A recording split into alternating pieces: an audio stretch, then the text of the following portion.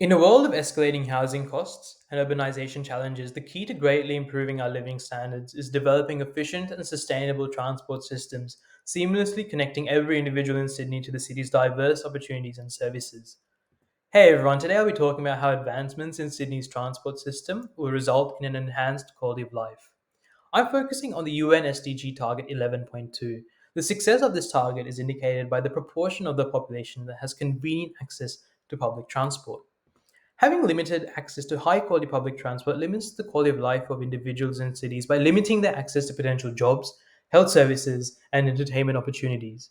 Developing public transport networks will allow people to gain access to these services. According to the University of Melbourne, only 58% of Sydney's population are within a 500 metres walking distance of public transport that is serviced at least every 20 minutes. This means that nearly half of Sydney's population does not have easy access to public transport. According to New South Wales EPA, the population of New South Wales will begin to grow around 10.57 million people by 2041, with the majority of the population growth being in Sydney. This population growth and the increased cost of living will result in urban sprawl, with more people moving out into the suburbs of Greater Sydney, further away from central business districts.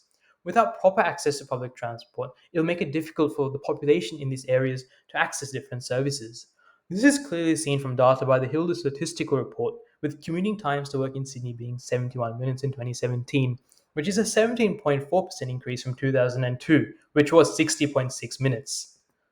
However, there are concerns about increasing spending on public transport due to the current high operating costs and relatively low cost recovery. The annual operating cost of public transport in Australia's major cities is approximately $5.2 billion. However, only about 36% of total operating cost is recovered on average, a figure significantly lower than the international average of 60%.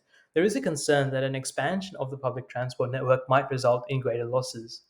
According to the Tourism and Transport Forum, the main reasons for the low cost recovery compared to other major cities is the low population densities in Australian cities, comparatively generous concession policies, and higher costs due to operational inefficiencies.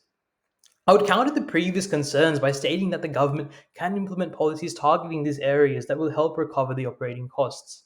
An example of a policy that can be used alongside expanding public transport network is transit-oriented development. This involves building medium to high density housing, retail, and commercial space alongside public transport facilities. This helps to reduce the challenges of urban sprawl that results from a growing population and prevents people moving far away from important facilities and services. Overall, the transformation of Sydney's transport system is not merely a matter of convenience, it is a vital step towards a more equitable and sustainable future. By setting a goal of having at least 90% of Sydney's population within a 500 meters walking distance of public transport that is serviced at least every 20 minutes, it will eventually result in an increased quality of life for the people in the city. Yes, there's a cost, but the benefits far outweigh it. It's an investment for a better future for Sydney, a future where everyone can seamlessly connect to diverse opportunities, creating a city that thrives not just for today, but for generations to come. Thank you.